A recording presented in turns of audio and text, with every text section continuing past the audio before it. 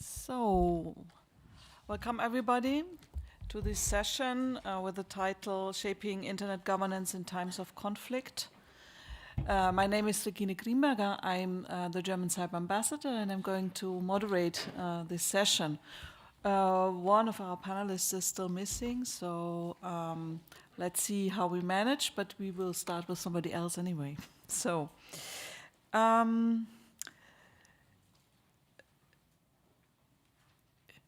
when we look at what we have now, a global internet, the question that we are going to pose in this session is, just let me look up my notes. Where is it?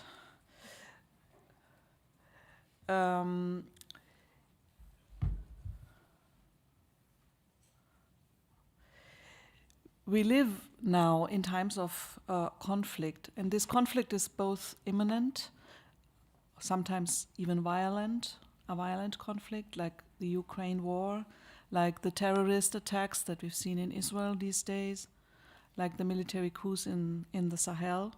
But there is also a strategic competition between authoritarian and liberal systems, and there is also I would call it a redistribution conflict or a conflict over global justice issues between the global north and the global south, and also within societies. In these conflicts, people take sides. They are forced sometimes to take sides. They want to protect what they regard as theirs, and sometimes they lash out to push back others who are threatening their interests.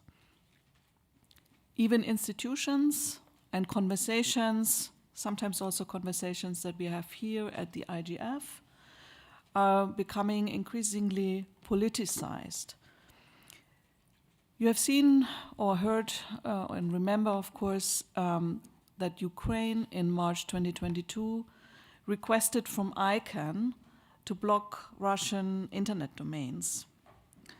There are also requests from governments, in a more general way, to take back control of the internet, to shield societies. Here he is, Raman. To shield societies, for example, from disinformation, from hate speech, from fake news. And sometimes governments do this even in good faith, unintentionally breaking what they actually want to protect, which is the global free and open internet. In this conversation that I'm going to have with my four partners here on the panel, is we want to describe the pressure on internet governance in times of conflict and the dangers of fiddling with the architectural characteristics of the internet.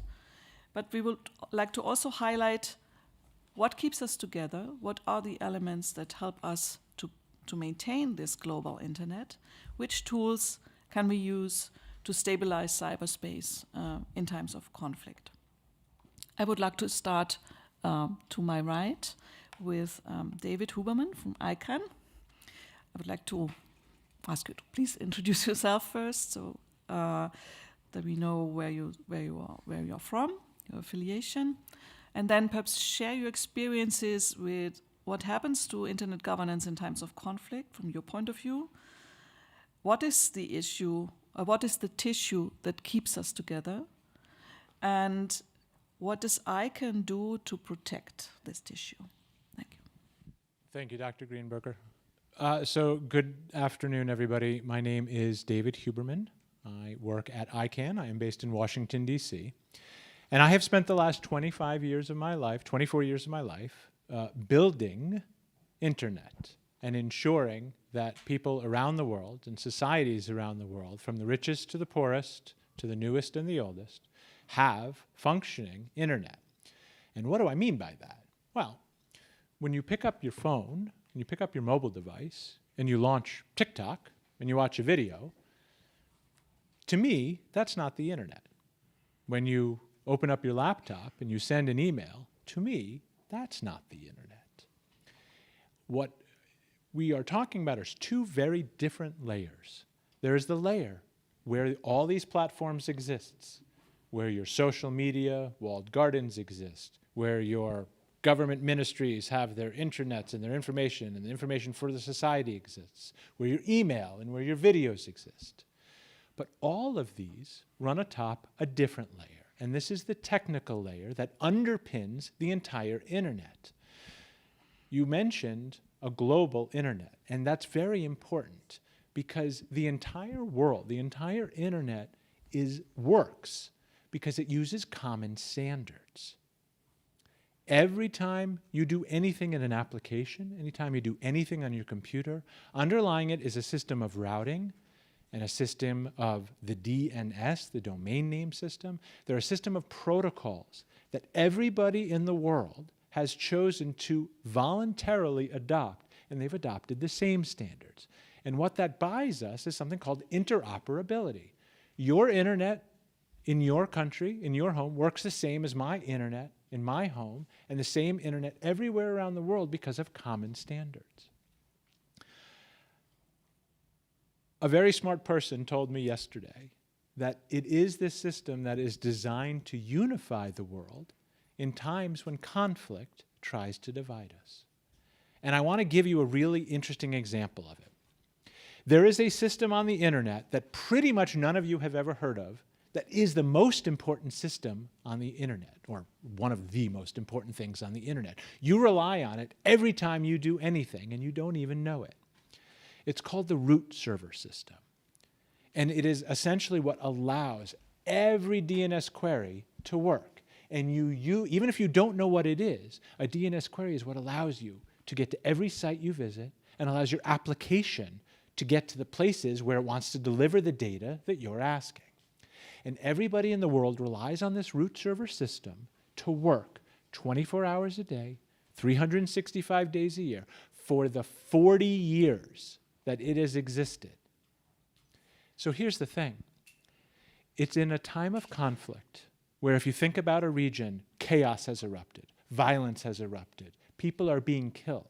And you think, okay, between the bombs and the sabotage, we can take systems like this down, right? If the root server system here in Japan were to completely disappear, all of the different servers in the root server system in Japan disappeared, or in the Middle East right now, there's a lot of chaos, there's a lot of war. If all of the root servers in the Middle East were to go away, do you know what would happen to all of the internet users still connected? Nothing. Nothing would happen. They wouldn't notice it at all. And that's because the governance system behind this technical layer has been designed, has evolved, and has been hardened to ensure that jurisdictional concerns, no. Application concerns, data concerns, no. It's about the engineering, the interoperability, and the promotion of open standards that every developer can use to create whatever it is they want on the content layer, on the second layer. At the technical layer, the internet is not fragmented. The internet works because engineers in China, and engineers in Japan, and engineers in South Africa, and engineers in Israel, and engineers in Palestine, and engineers in Ukraine, and engineers in Russia all come together on mailing lists and sometimes at face-to-face meetings to create these standards upon which the internet is built. And they do so with an emphasis on quality engineering, openness, and interoperability. And so I'd like to close by remarking that in times of conflict, this is when the governance model of the technical layer actually shines, because the output of this governance model is what keeps the internet online for everybody, even as systems go off. Thank you, David. I would now turn to Roman from Access Now. Please first introduce yourself, and then what are your observations from your professional experiences with internet governance in times of conflict, and what does your organization do to maintain this open, free, global internet that is an important means for the civil society. Thank you so much. Thank you so much, Ambassador. And I'm very happy to introduce myself partly because I think it relates to this conversation and what my organization does. My name is Ramanjeet Singh Chima. I am Senior International Counsel and Asia Pacific Policy Director at Access Now, where I also coordinate our work on global cybersecurity policy.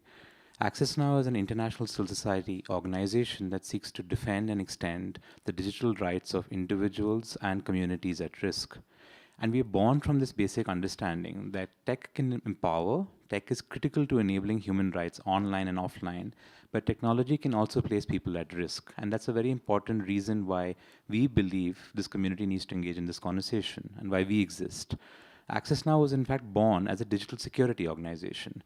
In 2009, Access Now's co-founders during the Iranian Green Revolution protests and many other moments after that realized that technology was helping activists, mobilizers, this wide civil society sphere that many of us depend on in autocracies, democracies, and everywhere in between. That the tech was enabling them but also putting them at risk. People's devices were being attacked, compromised, people were being monitored. So that requires digital security assistance, but also public conversation around what is acceptable when it comes to recognizing how to prevent tech from doing harm.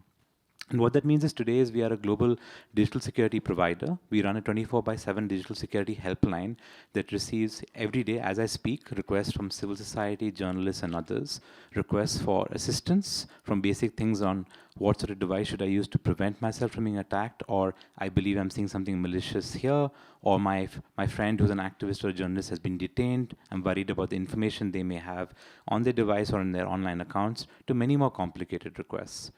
Alongside that, we do public policy work and advocacy, and we also convene. I work in the advocacy arm that tracks and manages this. But why I mention this is that it's therefore important to recognize that if tech empowers, and it also puts people at risk, how do we approach the question of the internet governance questions that we look at, or the internet governance architecture? How does it address issues of contestation and times of conflict? And I think it's very important to recognize that we specifically are so clearly aware that technology can be used to oppress and attack people, whether it's in moments of general peacetime, in terms of political contestation within countries, but also during moments of protest, of activism, but also conflict, whether it be internal armed conflict or cross-border situations. We particularly there been just interested in the rapid growth in the number of surveillance-related measures and spyware attacks that we have seen, and this global hack-for-hire industry that exists, but also the sort of more weaponized usage of cyber attacks more generally. And I know that some of my other panelists will go further into this in detail, but I did want to talk about this very briefly. It's very important in the internet governance space as well to sometimes bridge it to the cybersecurity conversation that you, Ambassador, and many others are at very often, about what rules apply when it comes to human rights generally, and many of us are very intimately aware on how human rights law already applies to what governments and corporations and other actors do every day when it comes to technology, and the importance of internet governance coming from a human rights framework. But also, how does humanitarian law apply during peacetime, internal armed conflict, and moments of general warfare? And why I mentioned this is that it leads to interesting moments. We've had such an interesting, robust conversation in the UN system when it comes to what sort of cyber norms should apply, and the work of the UN Open-Ended Working Group on state-related ICT behavior, as well as other processes. But you still see those interesting moments pop up in the internet governance space, for example. And I think it's important to address the sort of conversation that came up in relation to the Russian invasion of Ukraine, and then the conversation around the role of ICANN there, where many actors, including actors that we work with on digital security, actors who directly involved in the situation, said it's important for groups to take a stand. And it is our belief there, for example, that the internet governance ecosystem should not be making those sorts of decisions of taking entire entities out. And part of that comes from our own existing human rights work. We work on the issue of internet shutdowns, working together with the global community, the Keep It On Coalition. And we know the danger that happens when you decide to try to black out the internet. And if these decisions go into the technical administration of internet resources, we believe that was a very dangerous precedent that would cause problems. That does not mean that internet governance should not be accountable or should not be having conversations around who is in these spaces and what takes place. And I thought I would share this based on my experiences in the Asia-Pacific region, where civil society groups in countries which have gone through coups, which have gone through dramatic moments of transition, have asked which government bodies, for example, would ICANN recognize as legitimate or not? If officials are there who have sanctions or human rights measures applying or human rights claims against them, should they be allowed into meetings or not? And this is an important conversation that we think can happen further, because conflict and human rights violations, unfortunately, are growing day by day. I just did want to end with noting this. It is very, very crucial for us to recognize that when it comes to these conversations, they are based on what is happening every day. So the ultimate reality is that we see a massive increase in the number of attacks targeting civil society when it comes to the use of cyber weapons and tools, and I know others may also speak to this. Why I mention this is that it is therefore critical to recognize that there are certain areas that we should even more strongly say so. The work of cyber policy experts to say that the public core of the internet, okay, including the domain name function, should not be targeted, is something that we must apply here. And I would end with noting this, that there are certain things we can agree upon further. Cybersecurity incident response teams, within government, in civil society, or those who work in technical administration, should not be targeted during times of conflict. That sort of idea that they are emergency response actors who should never be targeted, you don't try to target the fire service, is something we need to understand more. And these basic understandings that are there between these different communities need to be synthesized further, which is why I'm very happy that we are having this conversation here.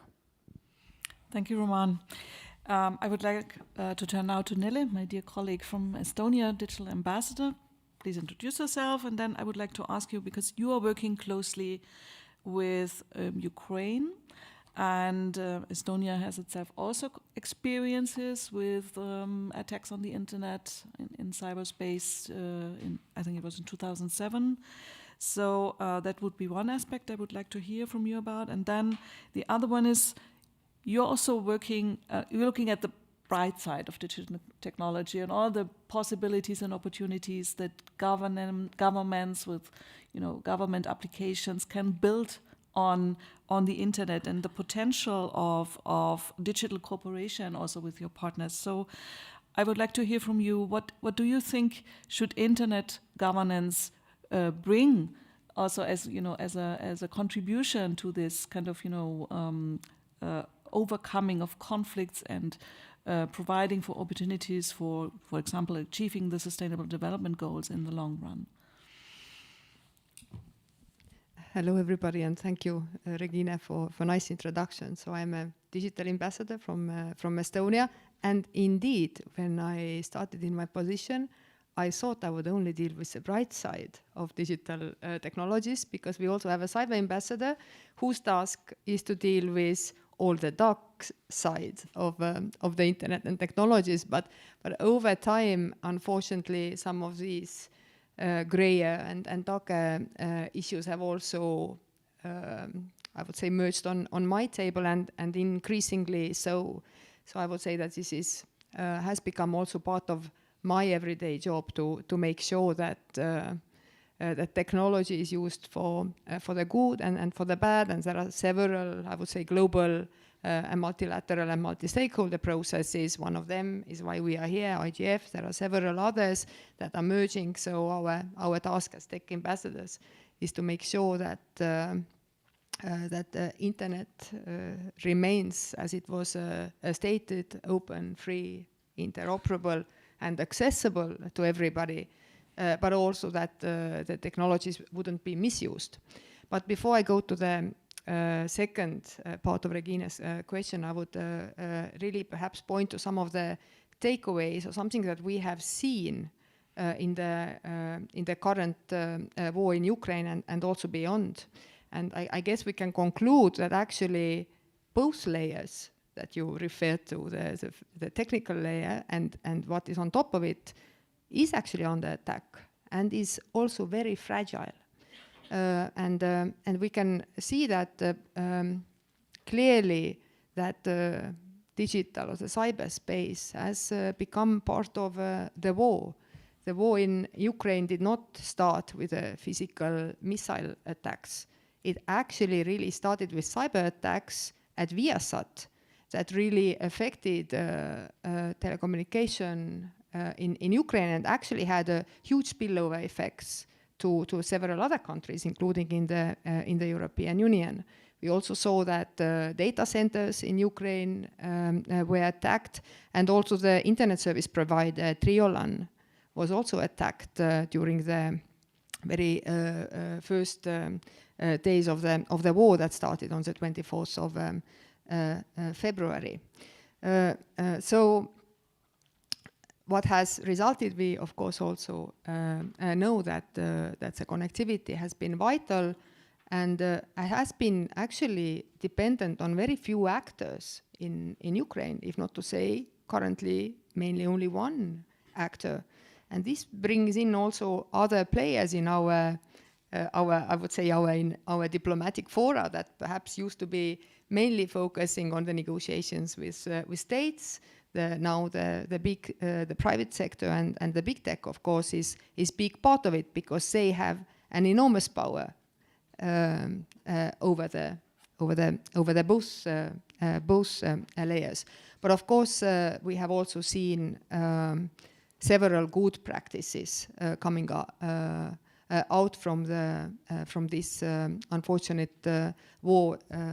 Both governments and private sector have actually also joined their forces to help Ukraine to keep the data, but also to keep the services running.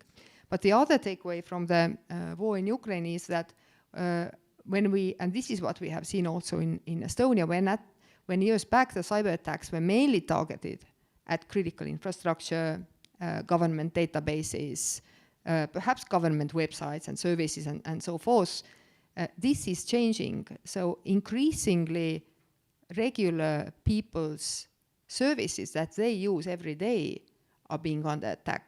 Is it data attacks to hospitals, kindergartens, schools, and this means actually that the cyberspace is no longer actually about cyber security per se, but it's also about how we digitalize our society.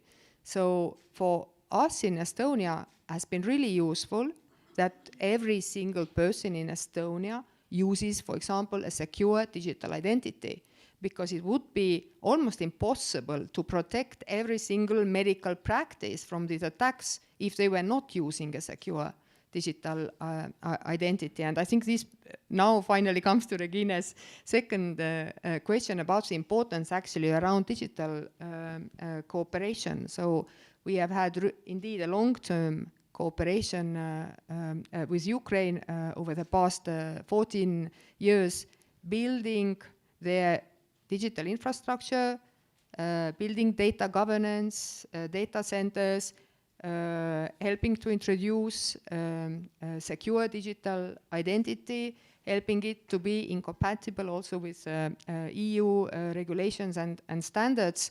And this has also very clearly helped Ukraine to provide services to people under very extreme circumstances. People in Ukraine can access to their documents even if they live somewhere abroad and so forth. So this, I would say, long-term cooperation and really focusing on your digital society has become actually more crucial in times of conflicts than perhaps we would have thought before. I have some other comments, but I guess we can keep them for the second round. So. Thank you. And now to Mauro, here to my left. You're from ICRC. I'd like to ask you also to introduce yourself.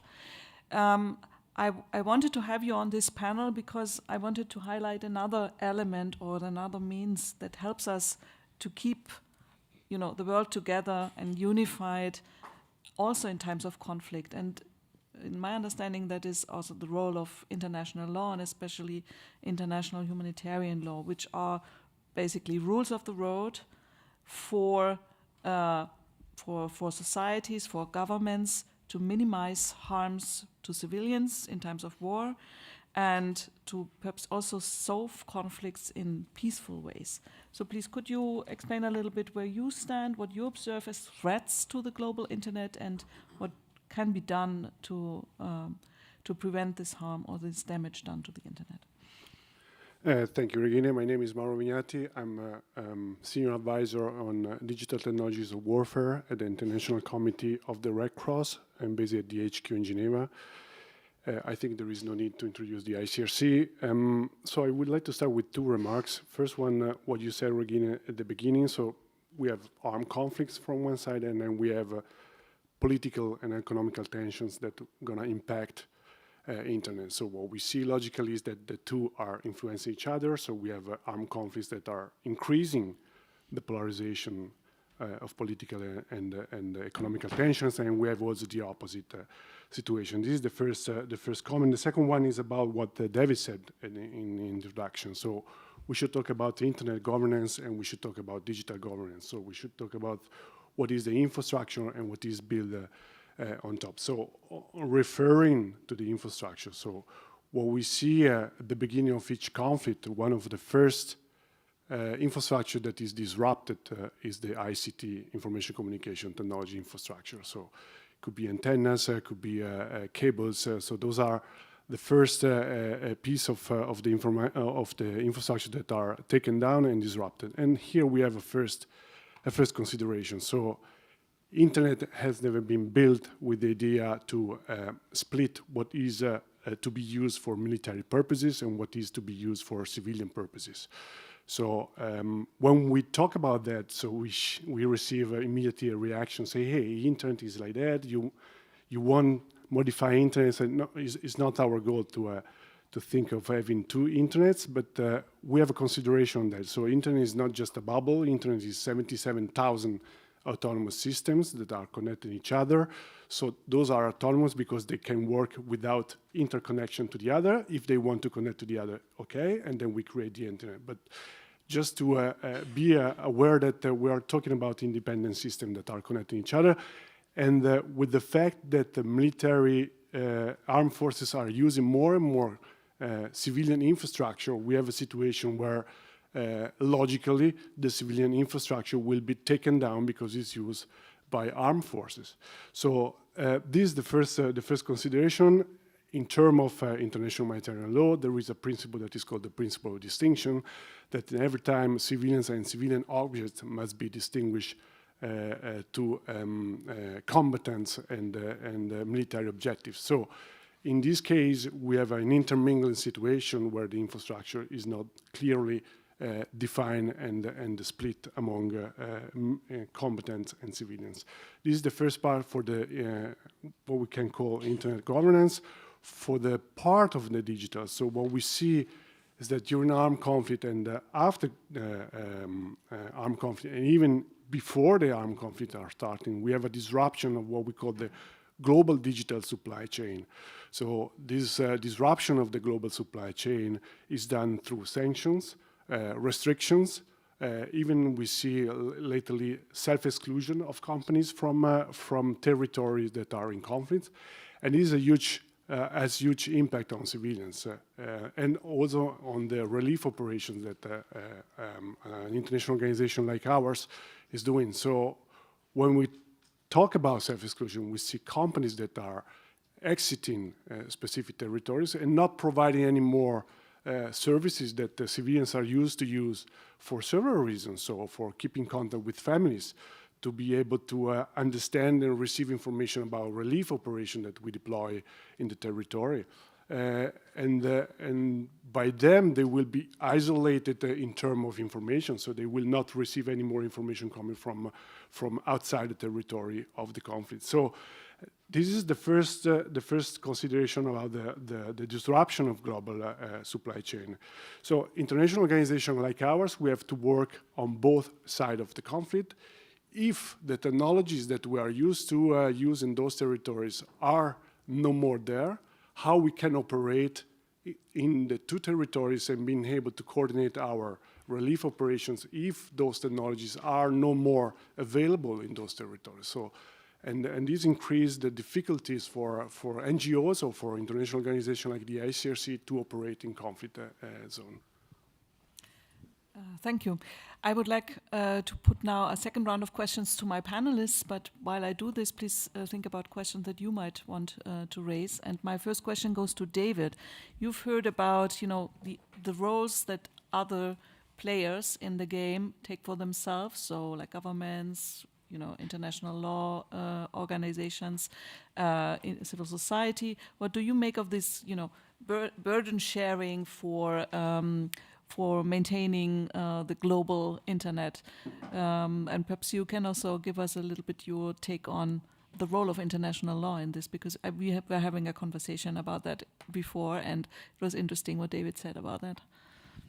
Thank you, Regina. For 30, 40, 50 years, when we were building the internet in the 1960s and the 1970s, the 1980s and the 1990s, this was an engineering endeavor, okay? These were smart men and women from engineering backgrounds pursuing an engineering pursuit. But it's 2023, and the internet is a matter of national security for countries. Just like you said, the intermingling of both military and civilian purposes over the same wires, over the same routers. My friend from Access Now talked very pointedly, very passionately about the public core of the internet and how we must maintain this neutrality, right? We can't do this as an engineering endeavor anymore, because there are the real world implications of what happens and how we build and how we evolve internet and internet standards. It's too much part of our lives today. And so it's never been more important that civil society, that government policymakers, that engineers work together to develop standards, to build internet. And today, equally important, more important, I'm not sure, harden the core of the internet to help prevent attacks from state actors, from bad actors, from terrorists, from whomever it is who wants to lower the quality of our lives by interrupting our digital lives. It is so important that we now start securing, or better secure, what we have built and what we are building. This is what ICANN does. The actual mission of ICANN is to increase the security, stability, and resilience of the part of the internet that we are in, the unique identifier system. And we do so through this multi-stakeholder model. And the multi-stakeholder model is only enriched through the spirit of collaboration, cooperation, and the shared expertise of governments, of civil society, of academia, and engineering, to better build this internet that we all rely on. Mm-hmm. As for international law, she's making me uncomfortable on purpose. You can see her smiling. ICANN is an organization. It's based in the United States, okay? ICANN respects international law. The ICANN ecosystem is made from stakeholders all around the world. Of course, we hope they respect international law. But that's really easy for us to say, because I'm an American, and you're a German, and you're an Estonian, and you are Swiss. And we live in this global north, where in very advanced societies, where we believe in and want to progress our values that comport with what our idea of international law is. But the truth is, when I go into countries, economies in transition, many of which are in the global south, many of which are remote, many of which are found in remote corners, in oceans, what we're trying to do is build internet that works for their people so that they can connect and get information and share information with the rest of the world. And in these economies, the priority is on the initial construction, the initial development, and then the focus becomes on securing it. So these do not become vulnerable islands on the internet. And these discussions about international law, that's not in the discussion. It's not part of it, because we're just trying to get connected, stay connected, and build connectivity that is secure. So it's a very North-centric, it's a very, very Western and European-centric type concept. And while ICANN strongly believes in these precepts, we have to understand that in the end, we are building this public core and trying to make it good for everybody. Thank you. And of course, Mauro has to respond to this. Thank you. So the ICRC had during 2 years a so-called global advisory board of high-level person worldwide, and we're going to publish in a week a report, the final report of the consultation we had with those persons. And one of the so we have prepared recommendation for competence for states, for tech companies, and for humanitarian organizations. So one of the recommendations that we have for states that the state should, to the maximum extent feasible, segment data and communication infrastructure used for military purpose from civilian ones. So I fully understand the argument that you are doing. The principal goal is the connectivity and guarantee the connectivity. But the connectivity is subjected to a state voluntary basis of the state. If the state decided to disrupt this connectivity, they can do it. So what we recommend to state here is to start to think about segmenting and segregating the communication systems and the data that they are providing on their territory. The same we ask to tech companies to start to think about it. When satellite companies, when cloud infrastructure are providing services to military or to civilians, they should start to think how to segment those, how we would like to have the internet in the future, how we would like to the digital being structure in the future. Do we want to go on with the distinguishing what is military from what is civilian, or we would like to think now to evolve on a new level where data and infrastructure are separated between what is civilian and what is military. Thank you, Mauro. I saw Roman nodding, and you were mentioning the cyber norms in your initial statement.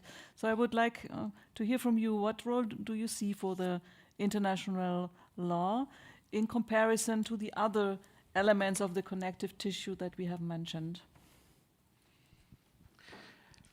Thank you so much. I think it's important when you go into this conversation to just recognize governance and law are linked but not the same topic. So for example, when you mentioned that many countries in the majority world may not want international law, I would dispute that some do, but many of them do want international governance conversations. In fact, the IGF in a sense exists because they brought up these conversations through the WSIS process and elsewhere. And why I mentioned that, it's very important to recognize where that imperative comes from. So that's the first part. I just want to note that. So I think that's what we also see in many of these cybersecurity conversations. We see many countries, sometimes countries that may not always be fully informed or maybe asking for something counterproductive to other elements of national strategy, but say, we want it discussed in the UN system, we want more clarity. And I think it's been useful that the cyber processes have been slow, very evolutionary, but have outlined certain things, that there is an applicability of the UN Charter and international law to cyber behavior. It's not a blank slate. There are elements there that are further clear and more clear than perhaps other parts are, including some of the conversation on the public core, which I acknowledge is not a fully recognized principle by every actor in the UN system, which is unfortunate, and perhaps we need more clarity there. But I think what's really important there to recognize is that fundamentally, we do need to acknowledge that we need more evolution of this. I'm a bit cautious on the idea of saying that we need to separate and create different standards there. And I want to step back a moment to the conversation we see domestically in many countries around internet shutdowns. When many countries have conducted internet shutdowns, and the position from Access Now and many of our colleagues in civil society is that internet shutdowns are never acceptable, full stop. They are not legal in our view under international human rights law, and they ethically and principally and in terms of efficacy are also ineffective. But the argument that some governments have taken is, look, we know that internet shutdowns disrupt public services, access to critical care. Maybe let's create different layers. We'll have government systems that are not shut down during the internet and other systems that are shut down. And I was just thinking about it when we're discussing this now in the context of conflict, and I recognize very importantly the principles that the ICRC is proposing here about careful targeting. But in a sense, the main principle we actually have is that this nature of cyber conflict per se is never acceptable. And just thinking about that, Regina, I know that that's the tension we see in the UN processes itself. Many states there are saying we actually do not want cyber conflict to regularly take place. We do know that is already happening, and if we don't acknowledge certain rules of the road, operators will go and conduct all sorts of problematic behavior. But this is why I was just thinking when it comes to this concept of internet governance and separating layers and doing other parts there, the basic principle is we want to reduce conflict rather than encourage more of it. I think we therefore need stronger standards saying that all sorts of cyber disruptive activity by states or by state-linked actors or non-state actors is problematic. I think one of our challenges as we apply traditional humanitarian law in this space is we are trying to make sure that when conflict takes place, it is very limited and targeted, but it's also giving a permissive nature to certain actors. And I acknowledge that when states sometimes say this, they don't always mean it. There are other political reasons why they're saying this there. But this is the tension I see because, for example, I've seen so many actors within Global South countries that say, we know shutdowns are problematic, but we can never stop doing them. So can you let us say that, okay, certain government systems will always be accessible, the rest will shut it down. So I just thought that parallel that came in, and I know it's a crude parallel, it's perhaps in many ways does not recognize the sophistication of many of the conversations the ICRC and others have had. But I thought I'd just mention that as a sort of like challenging reality check of how many governments may actually take these rules and apply them. Thank you, Roman. I would like to touch briefly on something that Nele mentioned before, and that is what is built on the internet is, public infrastructure. And I would like to invite you to elaborate a little bit on digital public goods and digital public infrastructure, digital commons perhaps also, as elements that could also be seen as connective tissue on the basis of the internet. Thank you, Regina. Now you opened a very entirely new big conversation. I don't know how many of you are familiar with these terms that have merged over the past years, digital public goods and digital public infrastructure. And in the EU, we use mainly the term digital commons. But I would perhaps summarize it from two different angles. One, I would say, is more philosophical, and the other is a little bit more practical. And actually, the first one is really related to how we see the role of governments, but everybody in building a digital society. And it started actually in Estonia really with rebuilding our state, with really democratizing our state, where we were in the understanding that whatever the government does, it does not do it first alone, and it does not do it for itself or just serving certain stakeholders in a society. It started more with access to information. It moved then, I would say, to open data movement, reuse of data, but ultimately also to the technological sphere, to open standards, interoperability, and so forth. But the other part of this is actually very practical. We really realized, for example, in Estonia that the needs that governments have, but also civil society has, and the private sector has, are quite similar. For example, in digitalization, we would all need to authenticate ourselves virtually at some point, either to provide a service, either it's a bank, it's an electricity company, or it's a Ministry of Interior.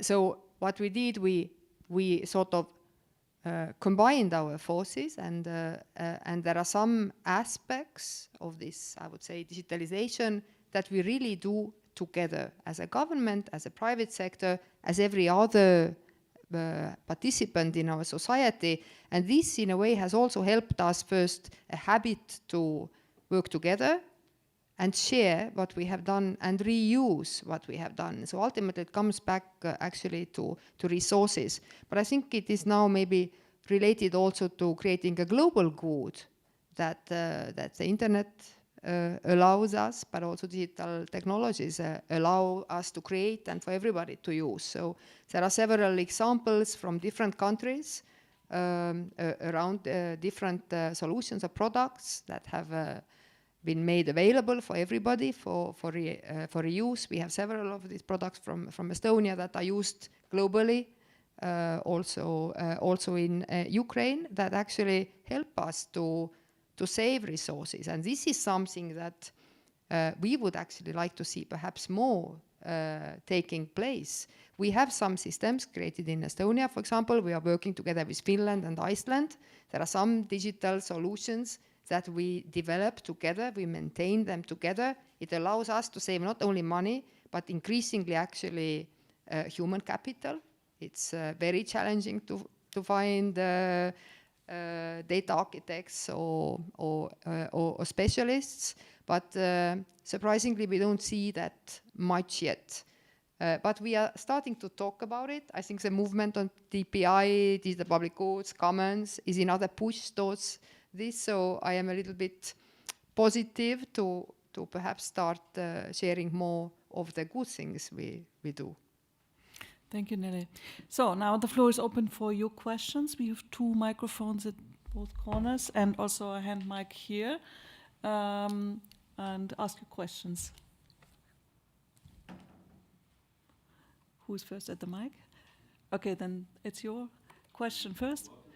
No, Milton, let the gentleman ask first, and then it's your turn.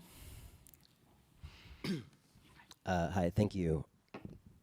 My name is Jarrell James, and I have some questions just specifically on governance and actual action. I think there's been an attempt to try and get some kind of discussion going on this, but I think there's just a lot of fear around it, and I think that that's kind of doing a disservice to those of us in the room who have lost family members or friends due to internet shutdowns, which I'm not sure if there's anyone else in here, but I have. And so I do think that there's like not a seriousness that's taken into account with the idea of an internet shutdown, and I think that they are often like an ancillary feature to society for a lot of different cultures, and it's often something that we don't actually necessarily give to everyone. It's certain countries, like we mentioned Ukraine, we mentioned Iran, where we have interests from a global Western perspective. Those people we drop internet to. We get them satellites and we make sure to take care of that. But I wonder, where do we actually see governance action around sanctions on internet shutdowns? If you shut down the internet, why is that not a sanctionable offense? And especially if you are a UN member state or an IGF major stakeholder country, why would we endorse in any capacity like your shutdown? And so I think like that would be my first question and like the bulk of my question. And then going forward, I guess the next part is, how do we relate the actual damage that's done to women's safety, to family safety, to health infrastructure, and show the whole world that that is something that's kept in place by the internet and by freedom of access to information, and when it's turned off, people freely abandon their humanity. That is something that I'm very curious to hear about, and I don't necessarily think that there's a lot of parallels being drawn between the actual dangers to people and the way that the internet is used to ensure those dangers. Mm-hmm. Roman, would you like to talk about internet shutdowns once again? And I can then add something on sanctions. So just want to acknowledge, firstly, that I think I complete agreement on the fact that internet shutdowns are period not acceptable. I think the problem is we've outlined that international legal or human rights position. The follow-through and application of that from member states and the international community is incredibly lacking. The purpose, for example, the Keep It On Coalition has to exist is not to track the number of internet shutdowns, is to prevent internet shutdowns from happening at any point of time. Because any internet shutdown is normally not just disproportionate, is used, as you mentioned, as a cloak for impunity, for violence, for targeting, and very often, in fact, the claims made for internet shutdowns to prevent violence or for some other state purpose are actually exactly the opposite reason. They're actually conducting problematic things. I think the challenge is that, as we've discussed and recognized, the shutdowns are unacceptable from comments from the Freedom Online Coalition, from the UN Human Rights Council and elsewhere. We don't see enough consequences. And being very honest here, I think we also say that even like-minded states, whether in the West or across Western alliances with colleagues in the majority world, there needs to be a much, much stronger position taken on this, which means that there should be consequences for discussions around digital public goods, around people's participation in the internet governance ecosystem, if they are consistent perpetrators of internet shutdowns, not just in terms of numbers, but in terms of intense active effect. So it's definitely a conversation where we are seeing changes, but I'd say, in fact, sometimes the best prevention of shutdown has been international media attention domestic challenges, not enough, of course, in, say, multilateral processes. And we do sometimes need to see more of that happen. In fact, I'm worried sometimes in a cyber context where people have said disinformation is a cybersecurity problem, because I can see that legal argument being constructed to say shutdowns are therefore a defense against disinformation, which they aren't, by the way, and I'm happy to share more data on that. But we do now need to go from defensive conversation on shutdowns to actual action, literally a consistent, I hesitate to use program of action because that means something very specific, but a clear political action plan from strong states taking positions on this to say there will be consequences if you consistently shut down the internet, and it's just not acceptable. And I do want to just note that the tracking of violence and impunity due to shutdowns, the initial steps being made, but there's much more that in terms of political mandates or resources could be given even in the UN system to the OHCHR and other actors to do more of that. They're right now trying to do their best with a very limited set of resources and no actual mandate to track the effect of shutdowns. I would like to give you also an answer, so from my government's point of perspective. Sanctions, of course, are part of the diplomatic toolbox. But they are a rather complex instrument, and it's certainly not the first thing that we are going to use. But, for example, the German government is both part of the Freedom Online Coalition that Rahman mentioned, and also of the Declaration for the Future in the Internet, and both initiatives, alliances contain this commitment to go against internet shutdowns in the diplomatic relationships with countries who use this instrument. And I can assure you that I'm not timid about speaking about that with partners, with my interlocutors about this issue.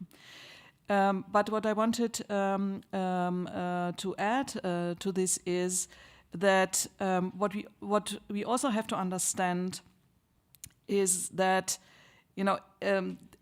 there is a need to have an understanding as internet shutdowns not as an isolated event, but we would like to integrate it in our early crisis warning, in the forecasting procedures that we use to take informations that we get from organizations like Freedom House, for example, on internet shutdowns as a crisis indicator for a specific country or region, so that we can step in earlier with the diplomatic measures, and not only after the social upheaval, the riots or civil war or whatever has happened. So this is also something that I'm working on, to kind of bring these informations to the people who should hear it. But now to hear. Oh, I thought question. I was next. Yeah. Oh, but Let him be. Yeah.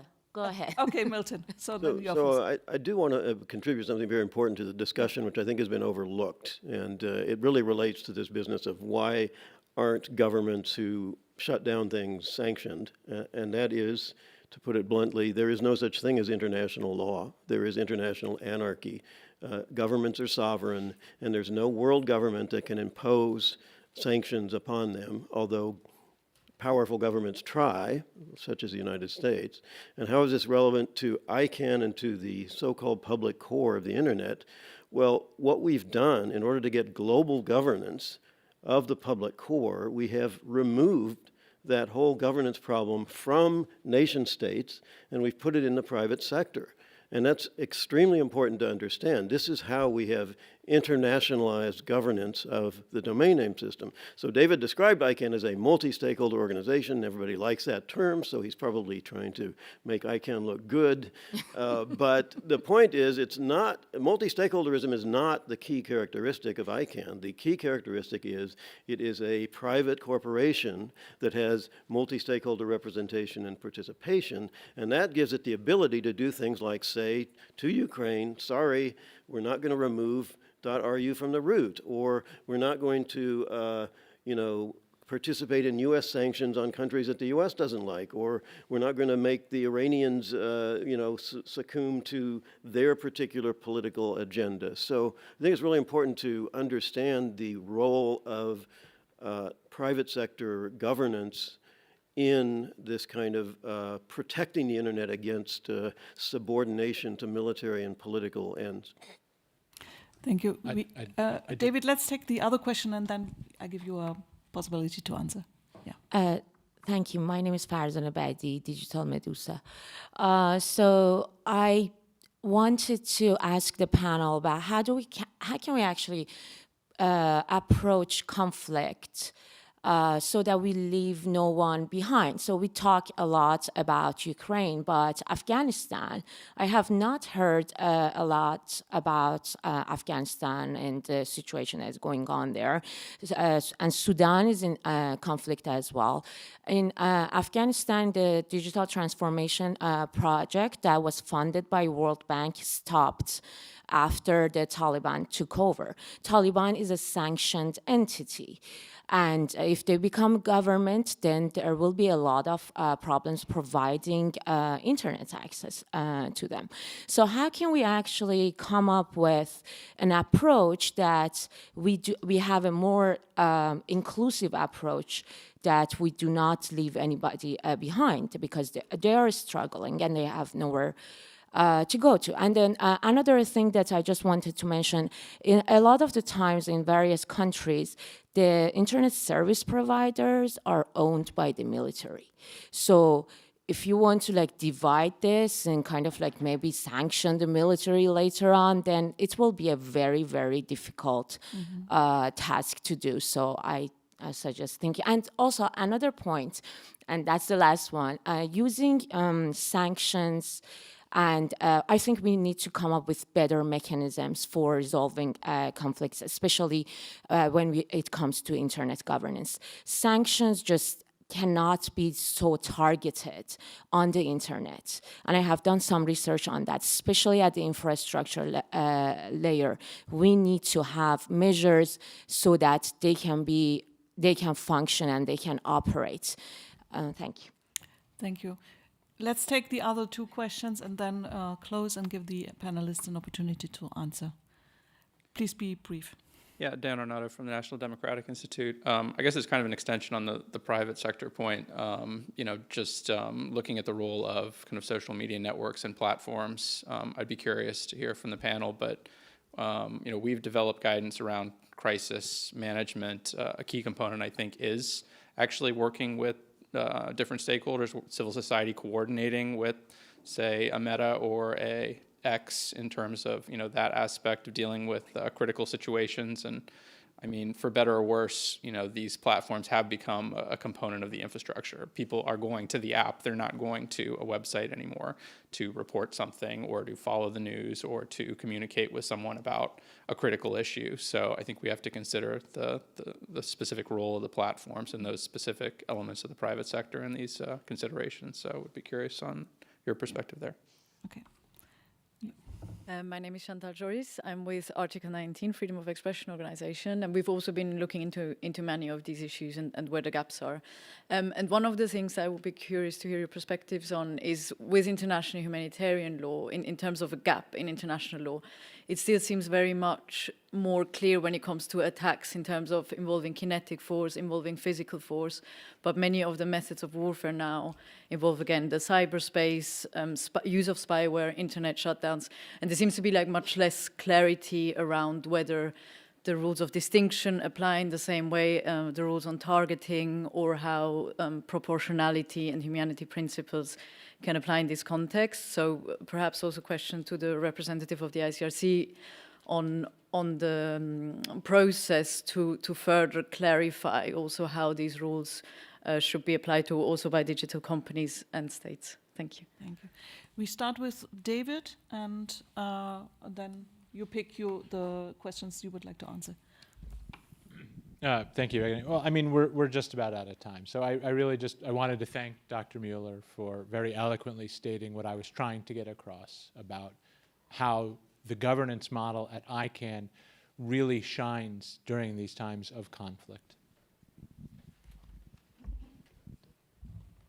So it's Mauro.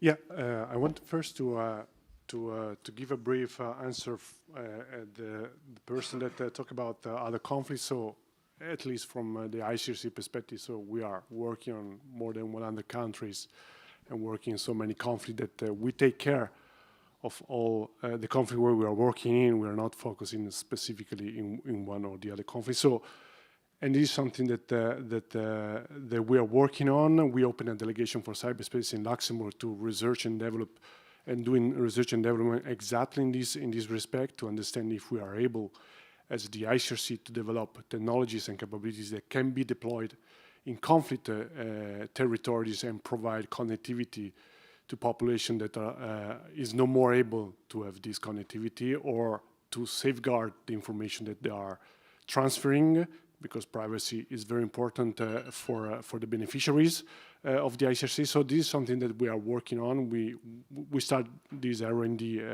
last year. And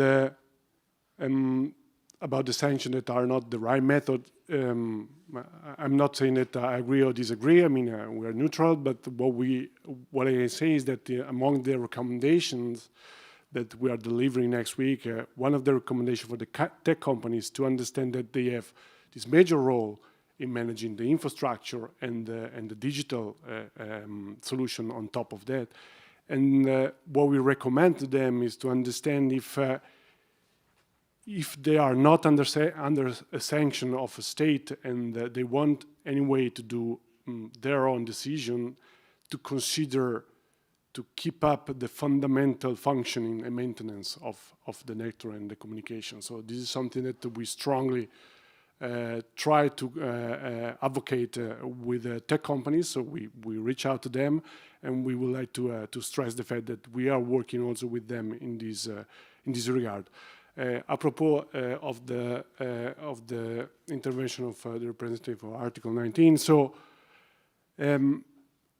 IHL already consider some of the points that you raised in the way that even with the recommendation to follow IHL that we're going to publish and re-stress next week, so for the states is to respect IHL. IHL already foreseen the respect of critical infrastructure of civilian, not taking down them, keeping up, and not targeting civilian objects that are fundamental for the operation of the ICRC and for the civilians in this regard. So we think IHL is already covering these aspects, even though there is not a common understanding about the data. If data is protected, we think it is.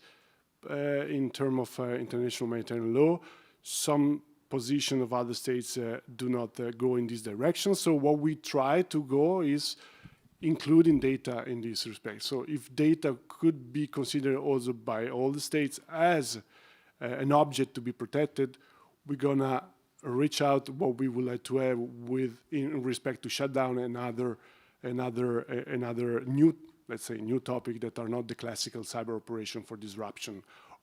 But we think also exfiltration of information that can cause harm to civilians or accessing those kind of information. So the work that we are doing is that we try to convince states to recognize data as an object to be protected during armed conflict. Thank you. Thank you.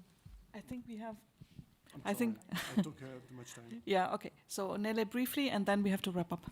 I just would like to respond and maybe have a little bit positive note also at the end, but still starting with negative. It does not only, what you mentioned is not only, of course, the issue of a conflict zone. The digital divide is increasing and not decreasing, and in 12% of SDGs we have gone backwards, not forward.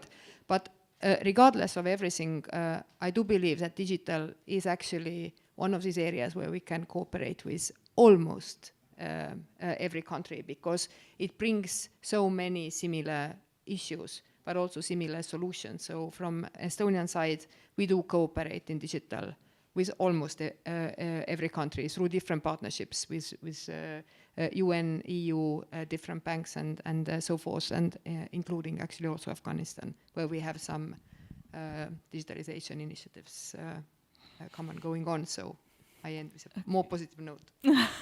Thank you, Nele.